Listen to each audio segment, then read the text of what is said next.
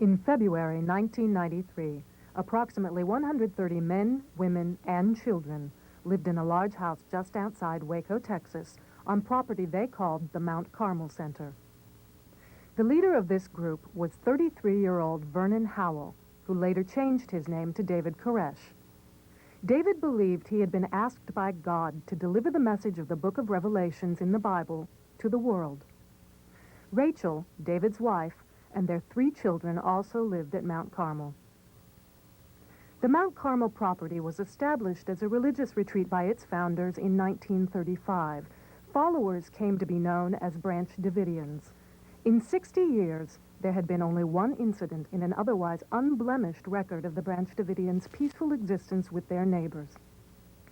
Former leader George Roden's wife gave leadership of the group to Koresh.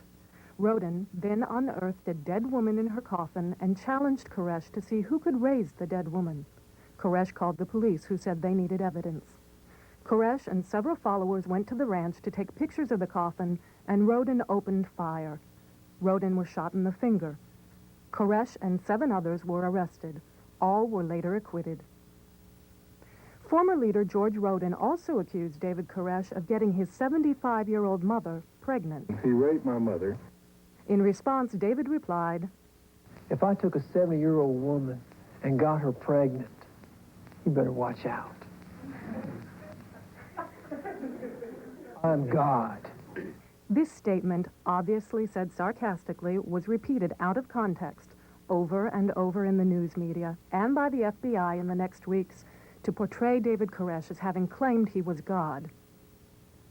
Many people at Mount Carmel held responsible jobs in the outside community. Wayne Martin was a well-known and respected Harvard-educated lawyer. Sherry Jewell was a computer analyst and teacher. David Jones was a mailman. Mike Schroeder and Woody Kendricks were craftsmen. Church services were no different than what you'd expect at any church service. His tongue is the pen of a ready writer. So how's God going to talk to me in the latter days? Gonna be ready. And who's going to bring that book? So there'll be no excuses. The Branch Davidians were well-liked by many of their neighbors. And the Branch Davidians had some distinguished neighbors over the years. Texas Governor Ann Richards grew up in Waco. William Sessions was the mayor and a judge in Waco before he became director of the FBI. ATF Director Stephen Higgins and FBI spokesman Bob Ricks both attended Baylor University in Waco. And President Clinton recently appointed a new commissioner of the Internal Revenue Service. She, too, is from Waco. The house was built by the labors of the people who lived there. What happened to target these seemingly peaceful and religious people for the wrath of the United States government? Around 1987, Mark Breaux, a self-proclaimed prophet from Honolulu, Hawaii, joined the Branch Davidians at Mount Carmel. He was asked to leave in 1989 when he tried to take over the leadership of the Mount Carmel Center from David Koresh. Mark Breaux vowed revenge. He called several international agencies and made allegations against David Koresh of adulterous sex, child abuse, and gun stockpiling. One of the groups he contacted was Cult Awareness Network, a group that helps to arrange kidnappings and deprogramming of people who join religious groups. Deprogramming is a form of brainwashing. Cult Awareness Network pushed for investigations of the Branch Davidians. In 1992, Mark Breaux was provided a golden opportunity to get his revenge when a disc jockey named David Jewell became embroiled in a custody battle with his wife, Sherry Jewell, a Branch Davidian who lived at Mount Carmel. Mark Breaux approached David Jewell's mother to tell his sordid tales of sex, abuse, and guns. He then later testified at the custody hearing. In an interview with an Australian network in 1991, David Koresh himself answered these claims. How many wives do you have? One. One wife. One wife. Have you I've committed? always had. Have I committed adultery? Is what you're fixing to Have you committed adultery? No, I don't commit adultery. You telling me the truth? I'm telling you the truth. Have you beaten children? No, I do not beat children. I think the girl's name was Aisha. Yeah, was her parents there? Her parents were there. Did you do it? No, I didn't do it. Nonetheless, these very same allegations made their way into the search warrant affidavit written by alcohol, tobacco, and firearms agent Davy Aguilera on February 25, 1993. The ATF is responsible for seeing that taxes are paid on certain types of guns and enforcing federal gun laws. Why would these allegations be included in an application to search for weapons violations? The ATF has no authority to investigate child abuse or polygamy. And these allegations were investigated by the Texas Welfare Department and the McLennan County Sheriff's Department in 1991 and 1992 and were found to be baseless. Parts of the search warrant affidavit by Agent Aguilera were false. Here, Agent Aguilera refers to Shotgun News, a national newspaper with a circulation of 150,000 that is sold at newsstands all over the country. He calls it a clandestine newspaper. The affidavit describes how an undercover agent had observed the upper and lower receivers of disassembled AK-47s. The AK-47 has a one-piece receiver. There are no separate upper and lower receivers on an AK-47. Obviously, Agent Aguilera didn't have a clue, and Magistrate Green failed to notice.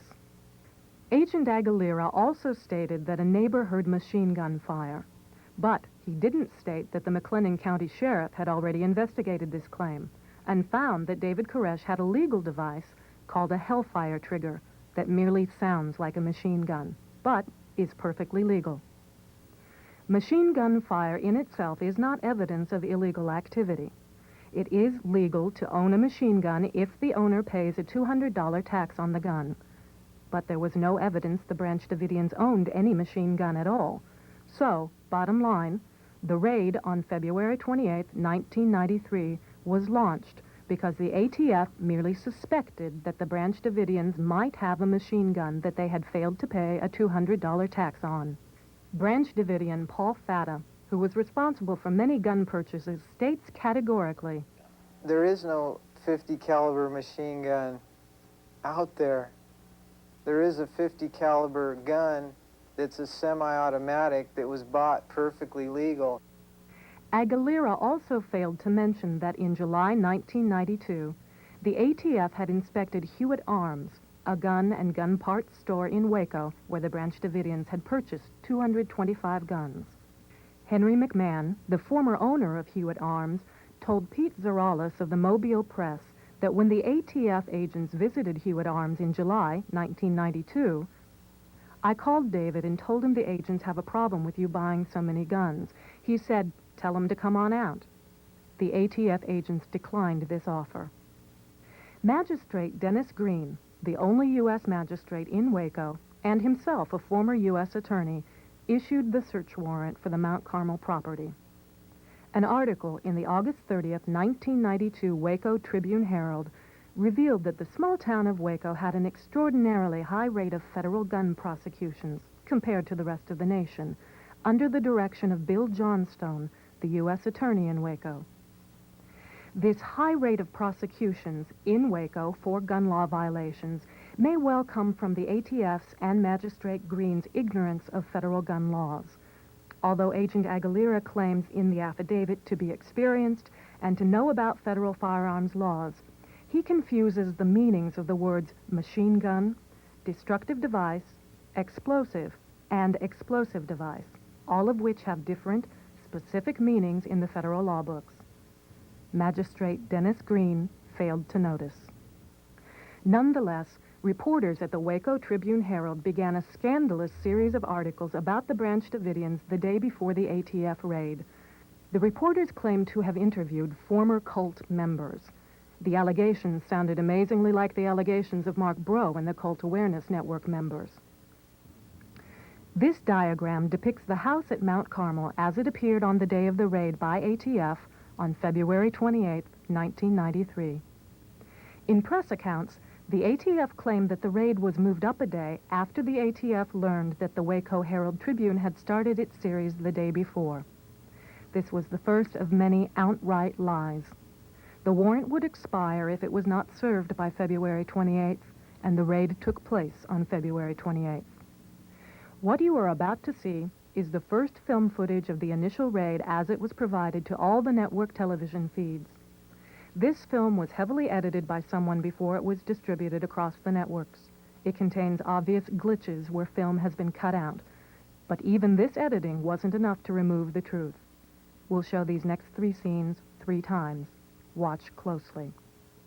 In the opening scene, agents are in position behind cars, shooting at the front of the house, as 2 teams of 4 agents climb ladders on the side of the house to the roof.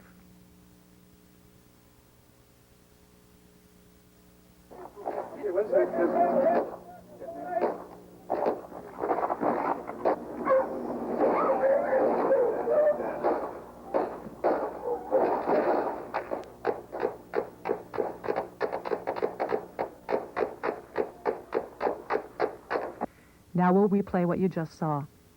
Notice that there are no bullets hitting the ground or cars around any of these ATF agents. The 3 dark dots low on the horizon are helicopters. The sound of automatic weapons is coming from the M16 and MP5 machine guns used by the ATF agents.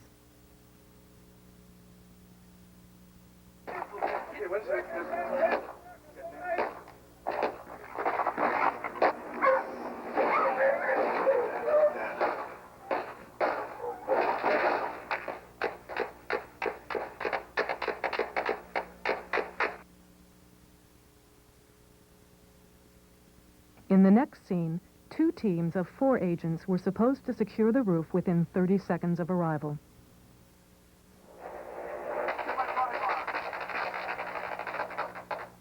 Notice that no one is shooting at these agents as they climb the ladders. Several of these agents are carrying fully automatic rifles.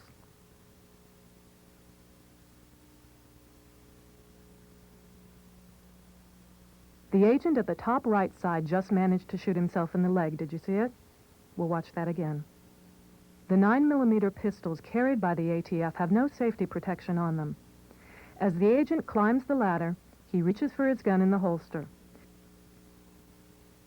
It discharges, wounding him in the leg and causing him to slip. He is able to continue up the ladder, however. According to ATF spokesman Royster, the raid on Mount Carmel had been planned and rehearsed for months. They drilled over and over again, and we had our plan down, we had a diversion down, all were put into effect, and they were waiting. Next, we see 3 of the 4 agents on the roof breaking into the window.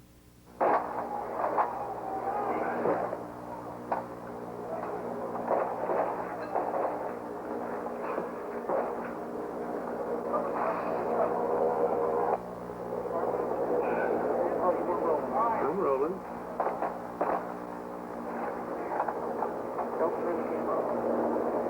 Go back before I give me another tape then.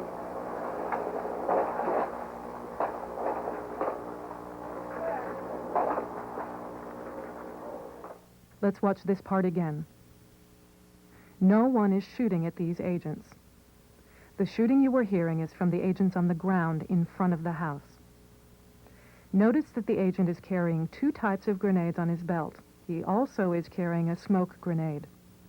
Both agents at the window toss in what appear to be smoke grenades.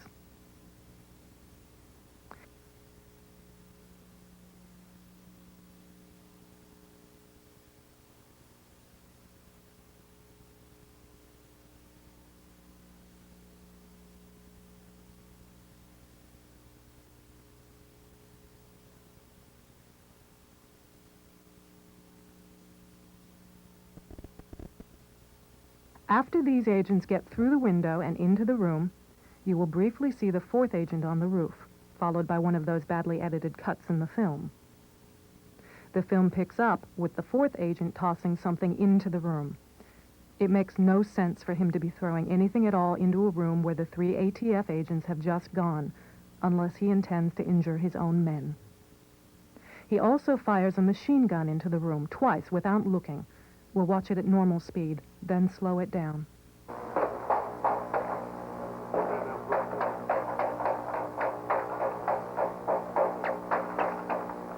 Now let's watch it in slow motion.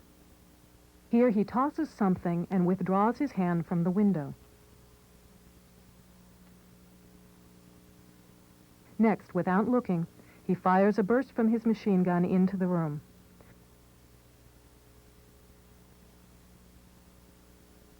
Someone begins shooting from inside, and bullet holes appear in the wall. In the midst of this gunfire, 3 holes appear at the same time. The agent fires his machine gun into the room a second time. He's then hit by a round. The bullet strikes him in his helmet on the backside of his head.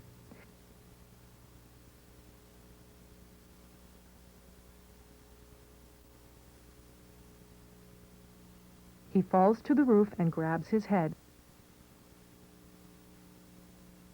This agent is not hurt, and he later makes it safely down the ladder.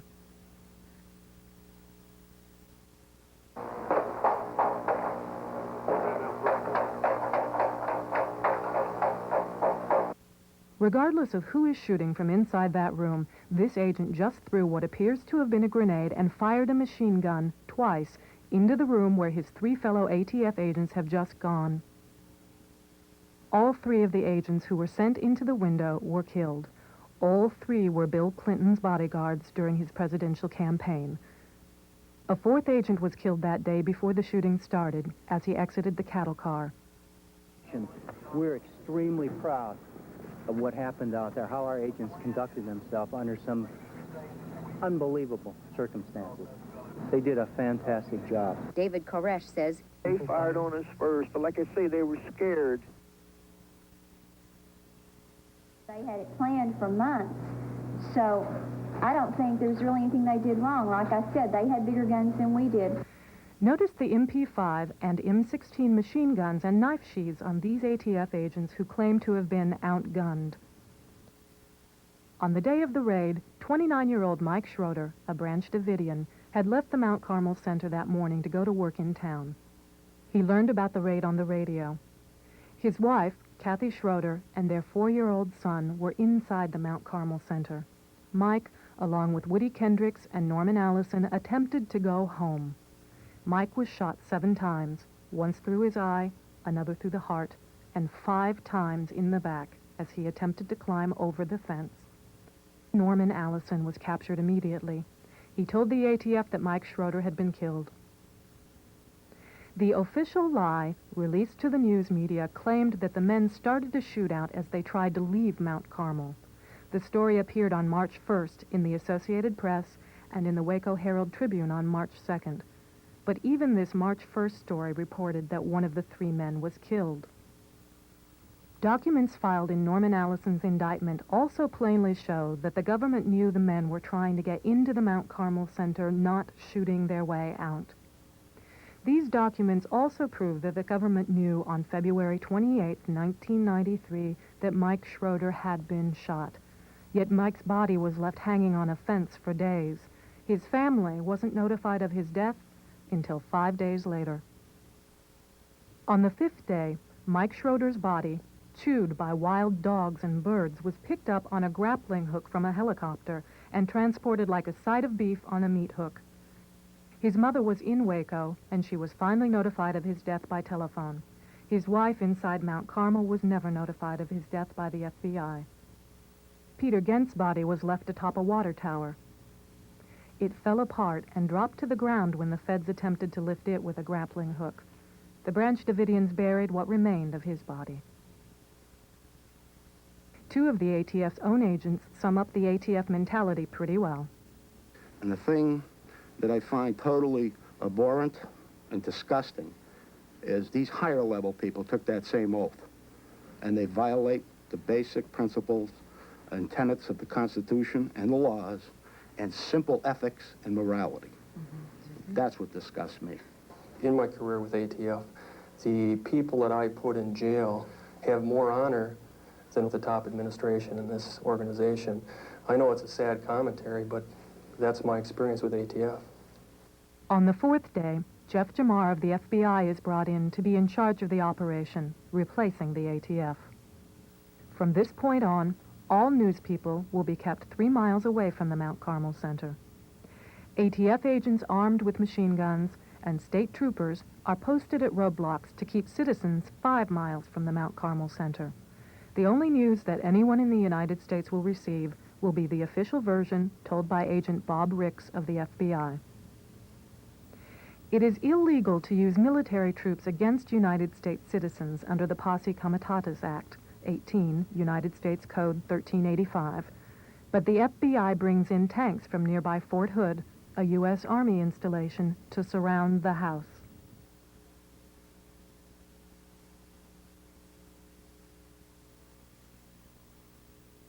National Guard troops and military equipment can be used in drug interdiction activities. Even though there was never any question of drug activity at Mount Carmel, as a ploy to avoid criminal penalties imposed by the Posse Comitatus Act, the ATF claims there is a suspected methamphetamine lab.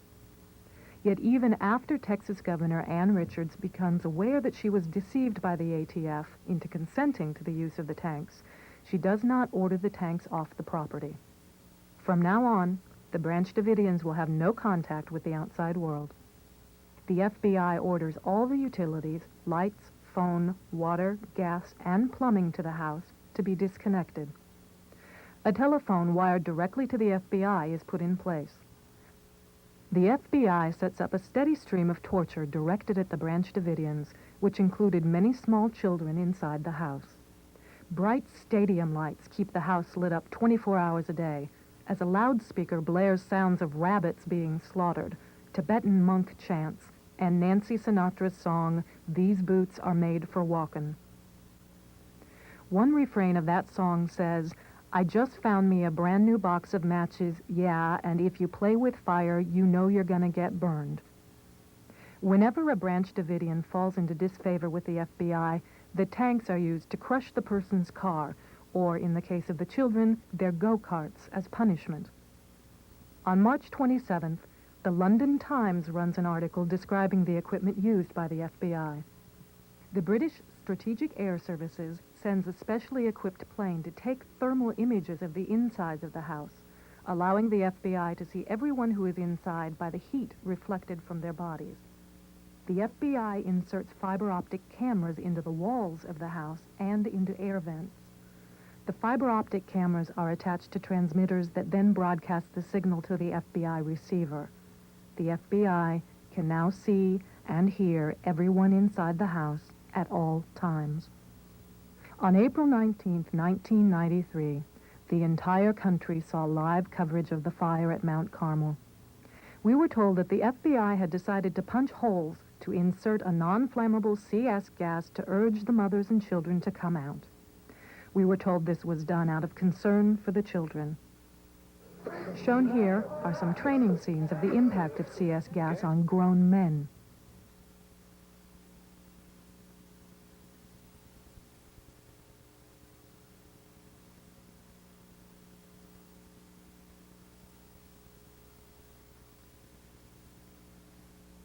To understand the full impact of the following scenes, it is important to understand the layout of the Mount Carmel Center. The underground bunkers were not under the house. There was a cement tunnel that ran from a trap door in the end of the house out to two main underground shelters out in the yard, one of which was in front of the water tower. Anyone who was inside either one of the underground bunkers should have been untouched by either fire or smoke. In this picture, this end of the house is where the trap door to the underground bunker was. This film was taken long before 6 a.m. the morning before the fire started. There is a large hole at the base of the building, and the building has already been knocked off its foundation. There is a round hole in the side of the building. What appears to be a large blood splatter is visible on a wall on the other side. Something, perhaps a curtain, flaps from inside the building. Remember, with the sophisticated bugging and surveillance equipment the FBI used, the FBI knew where all of these people were at all times. They could see them and hear them.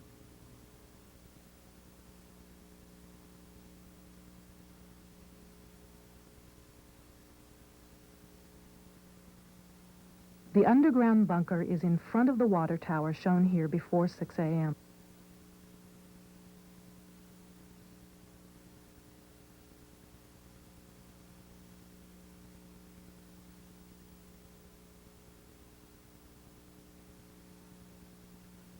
This tank was over the tunnel to the underground bunker. For more than 2 hours, a tank is over the underground bunker or at the hole in the corner of the house at the entrance to the tunnel. Each time the tank opens, agents can be seen getting in or out, and the camera filming it conveniently cuts away.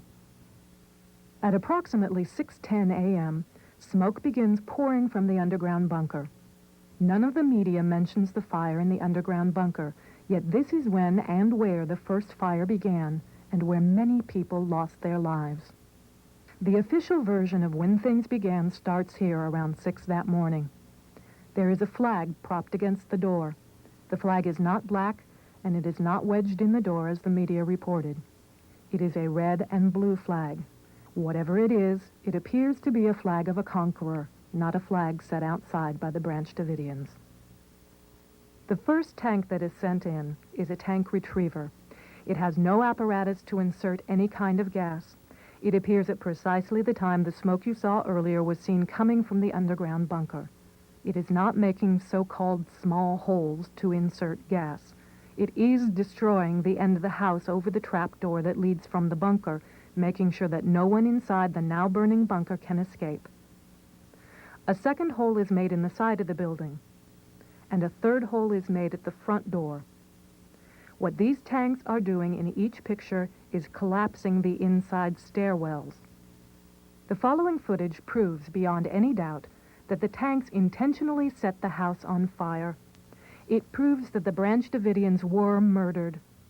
Watch carefully as the tank backs out of the house.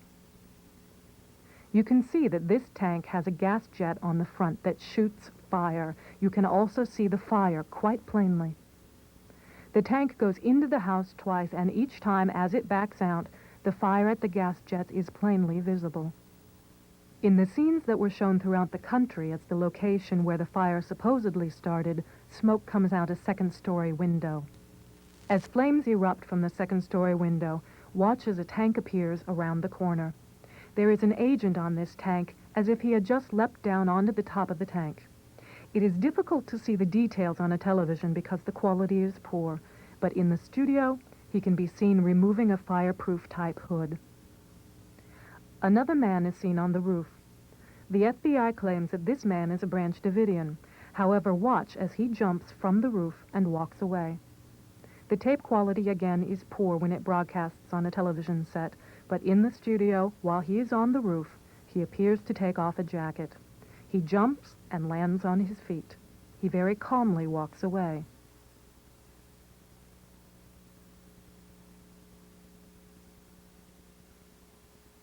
As he walks, he can be seen removing a hood.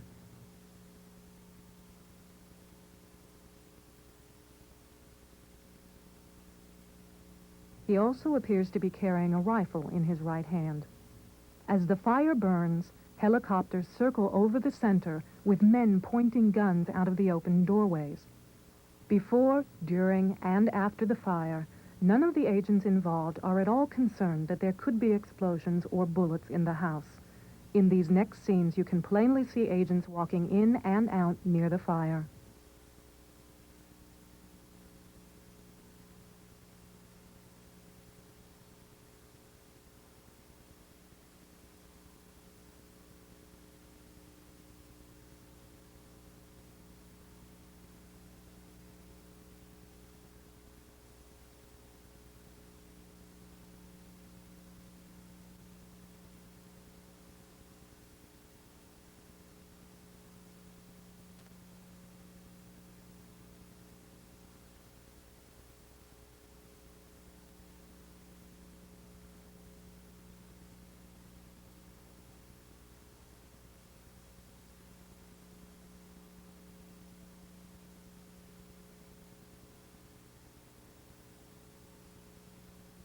In any ordinary crime scene, great pains are taken to preserve evidence.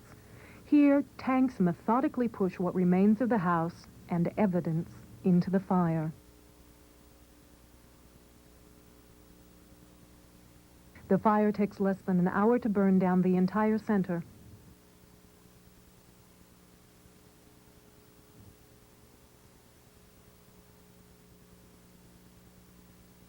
The fire is still smoldering at 5 that evening as agents walk in and around the fire. It is obvious that there is no genuine concern over the supposed millions of rounds of ammunition. Even though the FBI and the media consistently referred to this cement building as the bunker, the real bunkers were underground, as you were shown earlier. Many of the bodies that were found in the underground bunkers, not in the well house.